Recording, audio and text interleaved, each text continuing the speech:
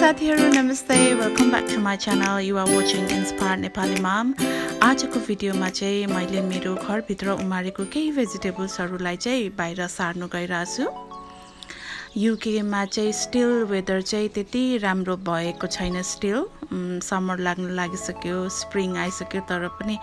राम्रो एकदम घमाइलो भएको छैन सो सबै भेजिटेबल्सहरु बाहिर सार्नु पनि डरै छ किनभने चिसोले गर्दाखेरि मर्न सक्छ सो आज चाहिँ मैले केही स्वीट पोटेटोस सकरखण्ड अनि त्यसपछि फर्सीहरु अनि त्यसपछि सागको बेर्नाहरु चाहिँ सार्नु गइरहेछु बेसिकली केही पनि गरेको छैन अहिले मेरो यो गार्डनमा एक त वेदर पनि त्यति राम्रो भएको छैन सो फर्स्टमा चाहिँ यहाँनेरि फर्सीको बोटलाई चाहिँ सार्नु लागेको अलिकति मलहरु थपेर सोइल प्रिपरेसन गरेको अलरेडी अस्ति एकचोटी खनेर सागहरु यता उतिहरु छरिसकेको छ सो थोरै मल लगाएर फर्सीलाई सार्नु लाग्यो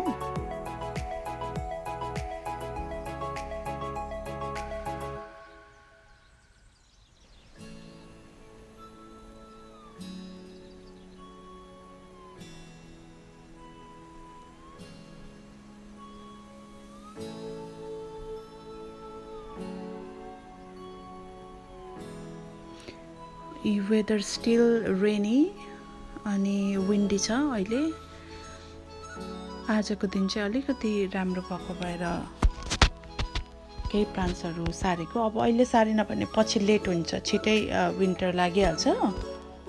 नफली नै अब अहिले फेरि अहिले छिटो सार्यो भने फेरि अहिले एकदमै चिसो र पानी पनि परिरहेछ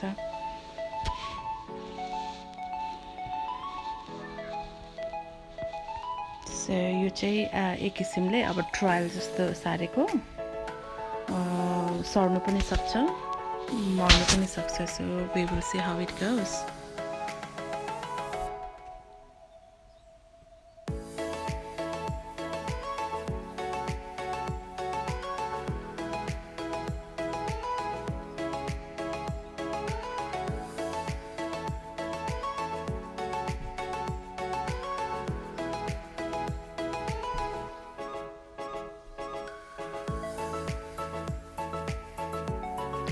अनि यहाँ चाहिँ एक दुईवटा मकैहरु छरेको दे आर स्प्राउटिङ नाउ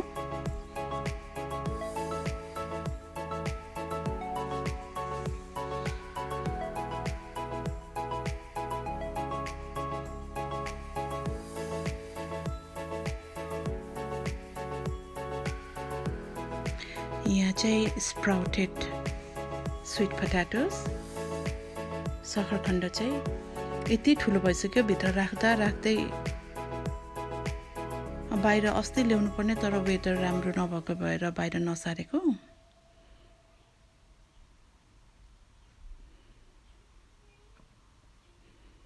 सो अहिले यसरी सारेको छ we will see how it goes I will keep on updating as well कहिलेकाहीँ चाहिँ यसरी सकरखण्डहरु रोप्दा ओर्दा इभन त्यो गावाको टरो रुट्सहरु बल्बहरु रोप्दाखेरि चाहिँ यहाँ युकेमा चाहिँ मुसाले हो कि फकुपाइनहरुले चाहिँ खाइदिन्छ के भित्रको त्यो उ चाहिँ बल्ब चाहिँ so let's see how it goes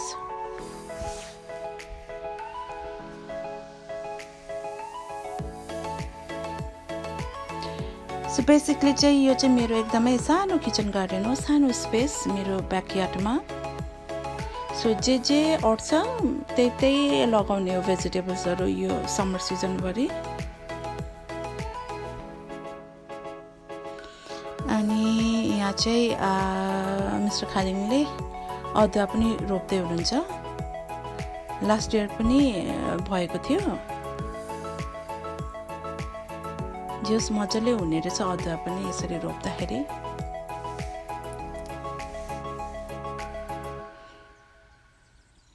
अनि यहाँ चाहिँ रायो सागको बेर्नाहरु चाहिँ ट्रान्सप्लान्ट गर्दै सार्दै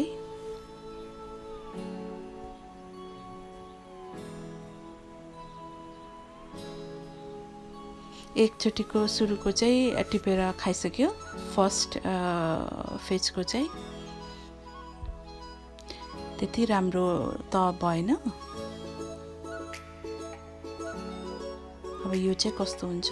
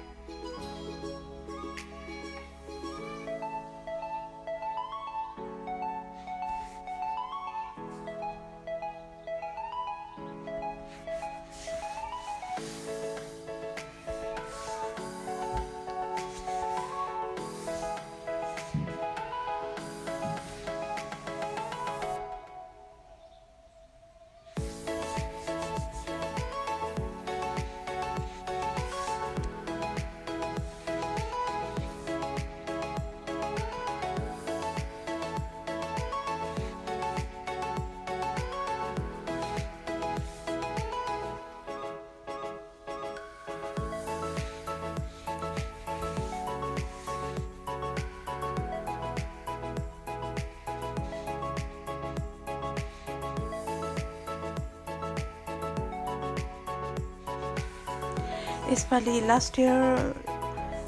चाहिँ सिमसाग अलिअलि भएको थियो जस फ्यु टाइम्स खायो पनि टिपेर यसपालि चाहिँ मेरो सिमसागहरू सबै मरेछ सिमसाग रोप्नु पर्नेछ सिमसाग लिएर अलिअलि अब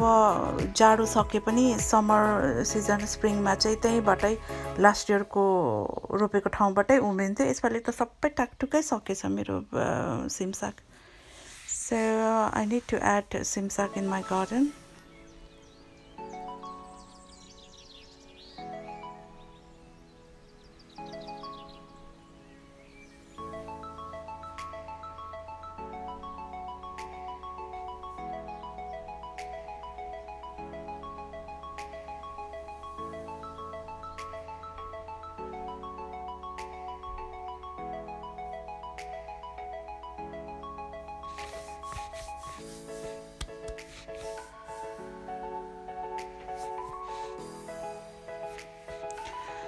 यो चाहिँ फापरको साग यो चाहिँ मैले छरेको हैन लास्ट इयरबाटै जुन फलेपछि लास्ट इयरकै फुलहरू झर्दै रहेछ त्यहीँनेरि अनि एभ्री इयर यसरी पलाउँछ त्यहीँनेरि पहिला रोपेको ठाउँमै यसरी पलाउँछ अनि यो चाहिँ स्प्रिङ ओनियन यो चाहिँ रोपेको स्प्रिङ ओनियन चाहिँ यो फापरको साग चाहिँ यसरी आफै नै उम्रेको अनि यो चाहिँ भयो छेपी भन्छ हामीले चाहिँ यसलाई दालहरुमा झानेर खानु मिठो हुन्छ